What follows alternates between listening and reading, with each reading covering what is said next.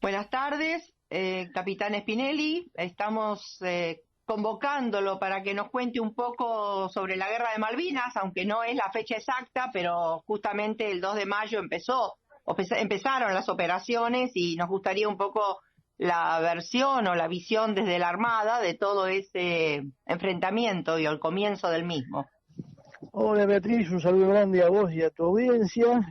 Siempre es un gusto, así que les voy a contar un poco más y vamos a ver un poco más el tema de Malvinas, porque como siempre les dije, es un tema que se habla mucho pero que se conoce poco.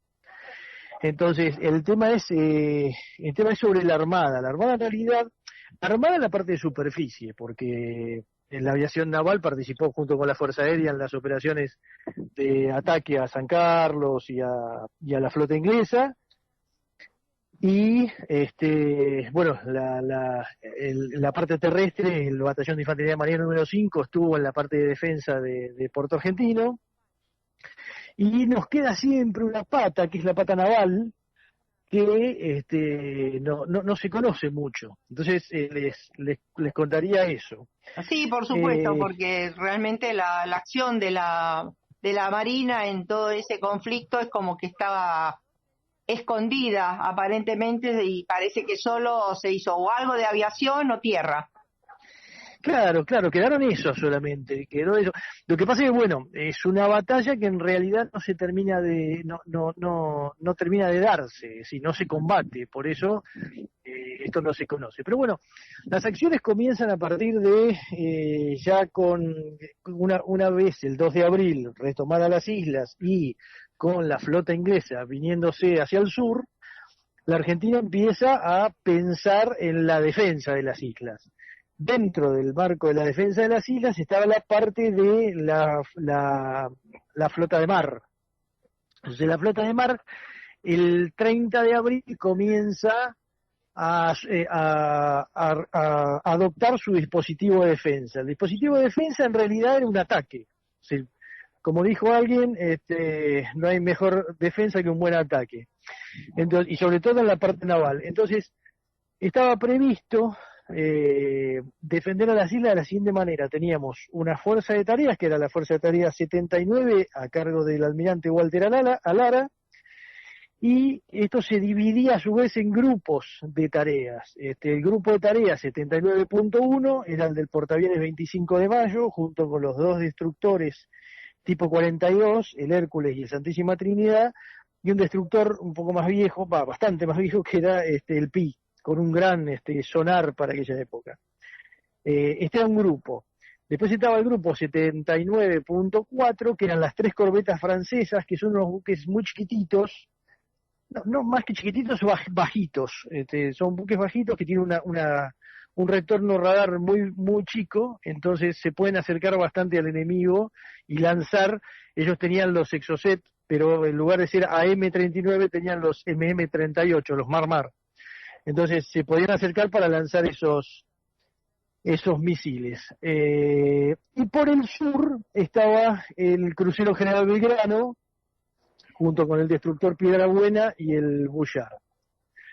Ahora, esto queda conformado de la forma esa que les comenté, y el primero de mayo por la madrugada, los ingleses bombardean Puerto Argentino con el ataque de los Vulcans, o el Vulcan, que trata de poner fuera de combate a la pista, que en realidad nunca lo han logrado. Pero hace un reguero, pega una bomba sobre un costado de la pista, pero se puede seguir utilizando la pista. A partir de ahí, la premisa de la fuerza de superficie, porque, a ver, tengamos en cuenta que nosotros teníamos portaaviones 25 de mayo con 8A4. Eso también es otro tema interesante, porque nosotros teníamos los A4Q. Esos aviones estaban cambiando, esos aviones estaban entrando los Super Étendard, que ya teníamos 5 en la Argentina, junto con cada uno se traía un misil, y se cambiaban por los A4, es decir, los A4 se dejaban de ser operativos o pasaban a segundo plano. O sea, ya estaban para ser dejados en desuso. Claro, para ya pasaban operaciones militares. sí, ya pasaban a un segundo plano. Es decir, no se sabía bien si iban a quedar como algún tipo de reserva o si iban a quedar como una especie de adiestramiento avanzado. Entonces, pero en el interín pasábamos a los superétendard. Ahora, esos aviones a su vez tenían sus años de uso, porque ya habían sido usados por los norteamericanos, nosotros compramos de segunda mano, y los que quedaban operativos eran solamente 8, que se habían puesto operativos desde el 2 de abril hasta casi el 1 de mayo. Ahí se habían puesto, en ese interín se habían puesto en vuelo 8 a 4. O sea, los habían pasado a mantenimiento para poderlos utilizar. Claro, le habían arreglado lo que habían podido, en realidad. Se habían puesto otra vez en línea de vuelo. Teníamos problemas con los cartuchos de eyección. Los cartuchos de eyección ya estaban vencidos. Algunos se reciben de Fuerza Aérea, que nos dan algunos cartuchos, y otros estaban vencidos. Y se decide, salir a volar así, con los cartuchos vencidos.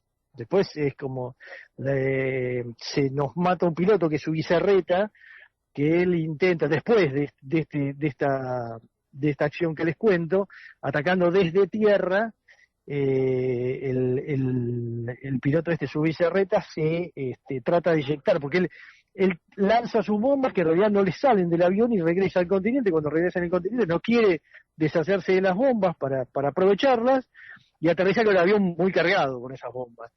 Y entonces en pista húmeda, y se va yendo de costado, o se va de costado, y ya ve que con las bombas encima y todo, se eyecta, pero la eyección es fallida por estos cartuchos que estaban vencidos, y se termina matando contra la pista. Así que este es un ejemplo de lo que pasó, pero claro. Entonces nosotros teníamos esto, bombardean Puerto Argentino, y a partir de ese momento lo que decide la Fuerza de Superficie Argentina, es decir, nosotros nos estábamos, o la Fuerza Argentina con el 25 de mayo, el portaaviones 25 de mayo, con los 8A4, querían lanzar un ataque a máxima distancia, porque la 4 tiene más alcance que el Harrier. Entonces la idea era poder bombardear a los portaaviones ingleses sin que los portaaviones ingleses con su Harrier nos bombardeasen el 25 de mayo. Es decir, quedarse fuera de lanzar a máximo alcance los A4, bombardear y ahí salir corriendo. En realidad era y entrar las corbetas francesas y terminar de destruir cualquier buque que estuviese averiado o atacando algún buque en la confusión del ataque. Entonces, esto se va, pero había una premisa muy interesante en esto, que es que como los ingleses tenían 2 portaaviones, es decir, ellos tenían el doble de portaaviones que nosotros, se tenía que hacer cuando la flota inglesa estuviese aferrada. ¿Aferrada a qué? Aferrada al desembarco. Entonces, cuando los ingleses estuviesen ahí en el desembarco, prestando apoyo con sus aviones al desembarco, y estuviesen en una zona, ahí la flota argentina estaría en condiciones de poder atacarlas con igualdad de condiciones. ¿Qué es lo que sucede? El 1 de mayo está el bombardeo que te cuento, después atacan los aviones Harrier, y la guarnición de Malvinas cree estar bajo un desembarco inglés en Puerto Argentino directo, es decir, no como hicieron después, que desembarcaron en San Carlos, sino un desembarco por asalto directamente a Puerto Argentino. Hubo acciones de guerra electrónica inglesa, hubo medidas de engaño inglesas que llevaron a la guarnición argentina a creerse este desembarco ahí directo sobre Puerto Argentino. Una vez que ha sucedido esto, el almirante Lombardo, que estaba en Puerto Belgrano, y era el comandante del teatro de la zona de Operaciones Sur, le avisa por radio todo esto, le avisa al almirante Alara, que estaba en el portaaviones 25 de mayo, que le dice: la flota inglesa está aferrada, es decir, quiere decir que estaba lanzando un desembarco, está aferrada, libertad de acción. Entonces, cuando le dice eso, el almirante Alara manda a sus fuerzas, que eran esas 3 que yo les comenté antes, la del portaaviones, la de las 3 corbetas y la del Belgrano abajo, que ataquen. Entonces se realiza el acercamiento de lo que sería el ataque. La idea entonces, como le contaba, era acercarse con el 25 de mayo, lanzar a máxima distancia con 4 bombas cada A4 para bombardear al portaaviones inglés. La idea era colocar o poner fuera de combates algunos de los portaaviones. GESUA Consultora. Implementación de sistemas para instituciones de salud, prepagas y obras sociales. Counseling organizacional, coaching empresarial. GESUA Consultora. 11 5008 0008. 11 5008 0008. Está escuchando Bitácora con Beatriz Sirigliano y Ezequiel Guerrero.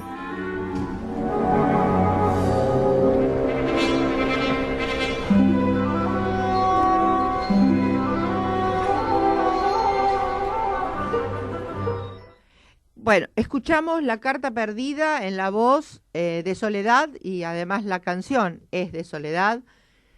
Quedamos ahora con la nota que veníamos escuchando sobre el acontecimiento o ese hecho de la Guerra de Malvinas, un recuerdo triste y glorioso para nuestro país. Y para terminar con esto vamos a continuar entonces escuchando al capitán Spinelli para que nos cuente el final de esta historia. Yo la otra vez, el otro día que estuvimos conversando este tema en privado, nos contaba cuánto era el porcentaje de aviones que se pensaban perder, ¿no? En ese operativo, o sea, estaba calculado las pérdidas, por supuesto, de material y de vidas. En realidad la aviación naval había llevado a cabo un ejercicio matemático, si se quiere. Uno de los pilotos, que era Sylvester, tenía un padre que había sido aviador naval también, y estaba en la parte de estadística y probabilidad de la Universidad del Sur. Se lo llama a este hombre y se realiza una serie de experimentos con las bombas y con los aviones, entonces en el ataque a buques. Y se llega a la conclusión de que se perdía la mitad de la fuerza atacante, es decir, de los 6 a 4 que iban a ir a atacar, 2 quedaban en el portaaviones, uno reserva y otro como tanquero, y de los 6 atacantes se perdían 3, y de las 4 bombas que llevaba cada avión, el porcentaje de impacto era 25%, es decir, de las 4 bombas pegaba una. Y se decía que con la cantidad de aviones y la cantidad de bombas, el porcentaje estadístico de impactos, con eso se lograba poner fuera de combate un portaaviones. ¿A cambio de qué? A cambio de la casi destrucción del grupo aéreo embarcado, porque si teníamos 8 aviones y perdíamos 3, más alguno averiado, etcétera, etcétera, nos quedaba casi nada. Claro.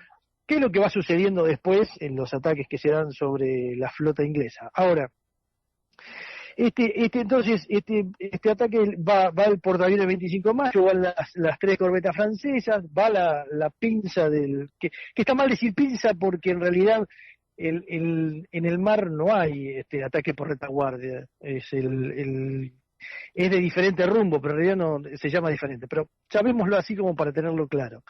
Entonces, cuando se está realizando este ataque, a partir de las 15 horas, más o menos, 3 de la tarde, 15:30 de el 1 de mayo, la Fuerza Argentina, con sus aviones trackers, que eran aviones de antisubmarinos, pero que se los utilizaba también como exploración y guiado de aviones A4, va teniendo una idea muy clara de dónde están las posiciones del portaaviones ingleses. Ellos lo van teniendo por radar y lo van teniendo por lo que se llaman MAE, o medidas de apoyo electrónico, que es escuchar el radar del otro.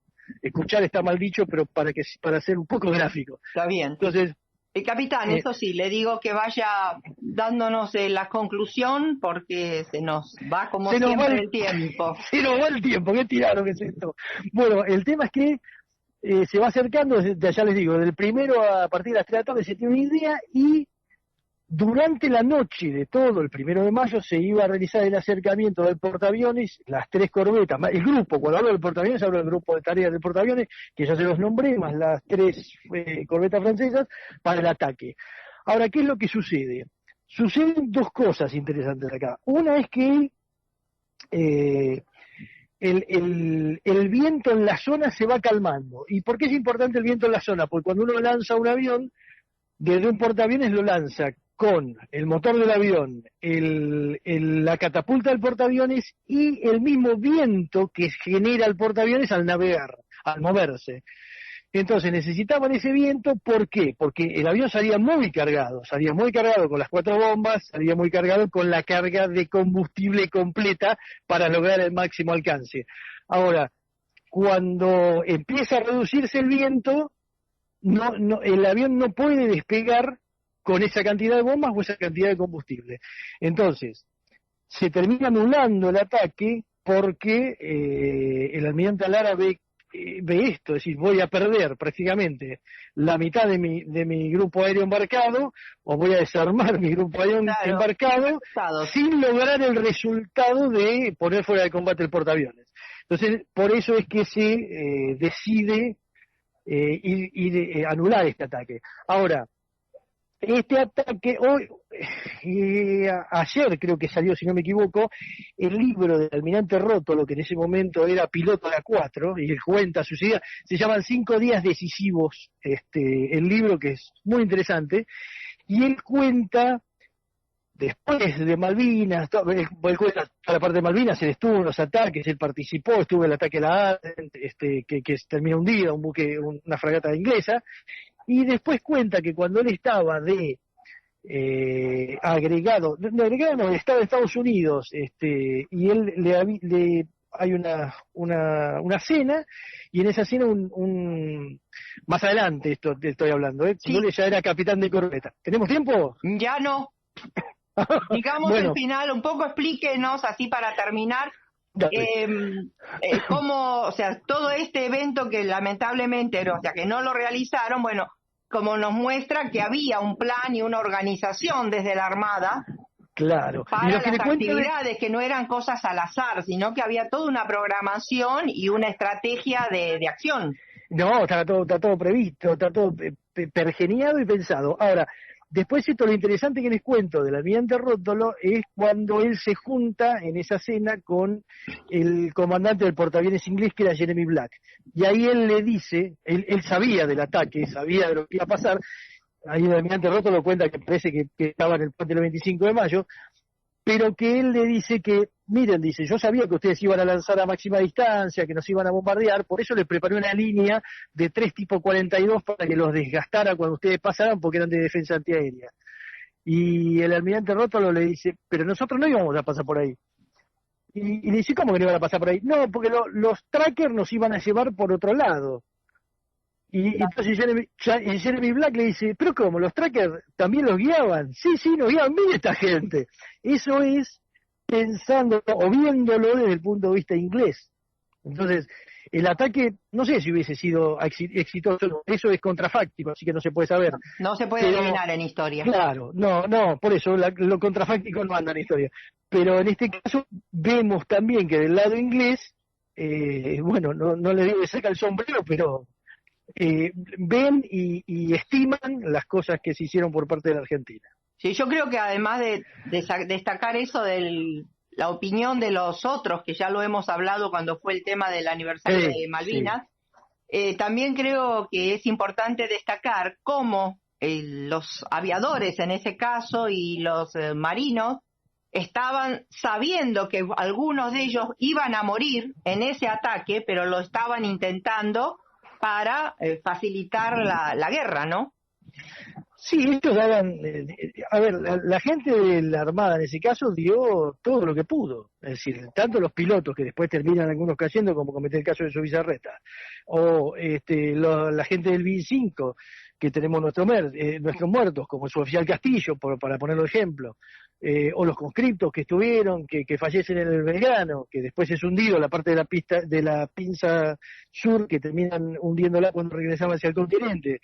Es decir, la cuota de sangre por la defensa de Malvinas se dio, y yo creo que hay que respetar justamente eso. Pues digo, además el tema me gustaría destacarlo, porque del Belgrano pueden decir, bueno, lo hundieron, pero este operativo que usted nos relata, de haberse realizado, también iba a haber muertos, y el que lo iba a hacer sabía que podía morir. Y eso Sí, creo que es para sí. destacarlo. Claro, justamente eso es lo que uno destaca. Es decir, la cuota que uno pone ahí, es decir, dando todo. La gente nuestra fue dando todo y creo que eso es lo que hay que recuperar y tener y atesorar para uno y para el Exactamente. país. Como, o sea, el tema de eso, de descubrir cuántos valientes hubo en toda la guerra para defender un territorio que es nuestro y que bueno, para su vida no era prioritaria, sino la defensa de la patria. Y sucede porque a veces uno cuando habla de los héroes y habla de, no sé, un San Martín, un Belgrano o alguna cosa de esas, o algún padre así de la patria, un Brown, si lo quiere también, los ve, pero los ve como en el bronce, los ve lejos, los ve allá. Ahora esta gente las tenemos acá, esta gente camina entre nosotros. Exactamente, yo creo que siempre es lo que quiero destacar, o sea, yo le agradezco toda esta información y todos estos comentarios, pero básicamente lo que hay que destacar es eso, que hoy en día el héroe no es el que está en el bronce, sino que es de carne y hueso y como dice usted, anda caminando por la calle y uno lo puede cruzar en cualquier momento y no se da cuenta o no sabe que ese señor también ha sido un héroe, o el marinero, ¿no? O el soldado, cualquiera de todos los que tuvieron, en este caso, con la guerra de Malvinas. Del primero al último, y aparte es justamente esperemos que no tengamos que aguardar que esta gente fallezca como pasó con San Martín o con los otros, para poder después tenerlos en su verdadera dimensión. Le agradezco muchísimo y creo que con esa frase es un muy buen cierre para toda la nota. Gracias, Beatriz. Muchísimas gracias.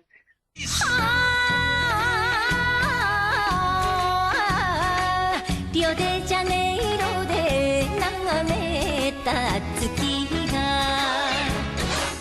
今日は都の空照らす4年経からまた会いましょうと固い約束夢じゃないよいしょこりゃ夢じゃないオリンピックの顔と顔それとトントとトンと顔と顔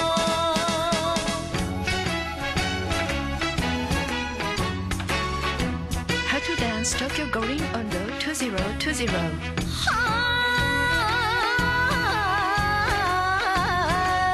待ちに待ってた世界の祭り西の国から東から北の空から南の海も越えて日本へどんと来たよいしょこりゃどんと来たパラリンピックの晴れ姿それとトントとトンと晴れ姿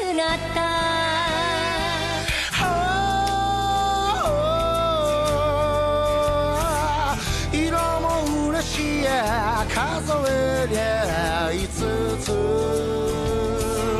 仰ぐ肌見りゃ弾む胸姿形は違っていてもいずれ劣らぬ若い花よいしょこりゃ若い花